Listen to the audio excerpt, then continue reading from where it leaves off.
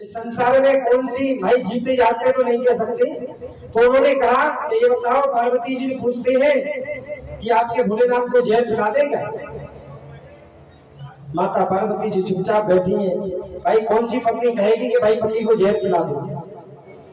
लेकिन भोलेनाथ समझ गए कि भैया देवताओं तो वैसे ही मतलब ही है, लेकिन चलो उनका भला हो रहा है महाराज, तो ऐसा करो चलो विश्व को पान कर लेते। तो जैसे ही महाराज भोलेनाथ ने अंजलि लगाई और विश्व को पान कर लिया। लेकिन याद आया कि मेरे हृदय में तो नारायण विराजमान है, नाग बिंद सरकार मेरे हृदय में विराजमान रहते हैं। तो इसलिए महाराज उन्होंने जैसे ही उसको पिया जहर को लेकर के कंठ में ही धारण कर लिया। जब से उनका नाम नीलकंठ महादेव हो। नीलकंठ महादेव की जय। तो महाराज आगे क्या होता है, तो उन्होंने कंठ में ही धारण कर लिया। उसके बाद में जो आपको समझ कराया कि मोहिनी अवतार देवताओं में ही समुद्र मंथन किया गया था। तो उसमें से अमृत जो निकला था, मैं अमृत को पान कराने के लिए, क्योंकि जो शुक्राचार्य जी थे उन्होंने मृत संजीवनी विद्या को प्रकट किया था। और वह विद्या ऐसी प्रकट की कि जो दैत्य मरते हैं और वह मृत संजीवनी विद्या से महाराज दो मरते हैं तो चार पैदा हो जाते हैं। तो उसके बाद में महाराज उन्होंने संजीवनी विद्या को प्रकट किया। तो भगवान ने लीला रखने के लिए समुद्र मंथन किया, मोहिनी अवतार लिया। महाराज मोहिनी अवतार के करके जैसे ही महाराज अमृत को पान कराने लगे, लाइन से एक लाइन में देवता एक में दैत्य, दोनों को उसमें बैठा दिया और भगवान नारायण मोहिनी का रूप धारण कर दिया।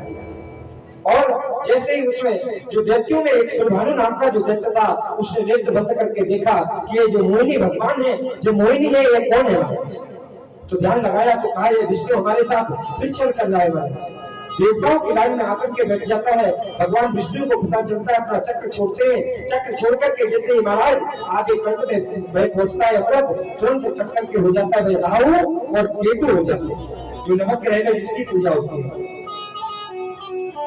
उसके बाद में महाराज फिर आगे की और कथा में सुना करते हैं। तो वहां कहते हैं इन्हीं राजा जो क्या बोलते हैं महाराज, प्रहलाद जी के वंशज ही राजा बलि हुए महाराज।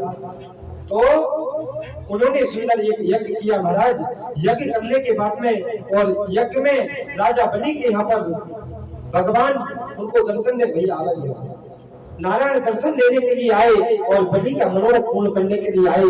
बलि यज्ञ करते रहते हैं महाराज, ब्राह्मण इत्यादि को दान देते हैं, संतों की सेवा करते हैं। तो महाराज राजा बलि ने सुंदर यज्ञ किया। तो यहाँ पर साक्षात ब्राह्मण रूप में ब्राह्मण भगवान बनकर के आए। ब्राह्मण भगवान भगवान बुलाएंगे भैया।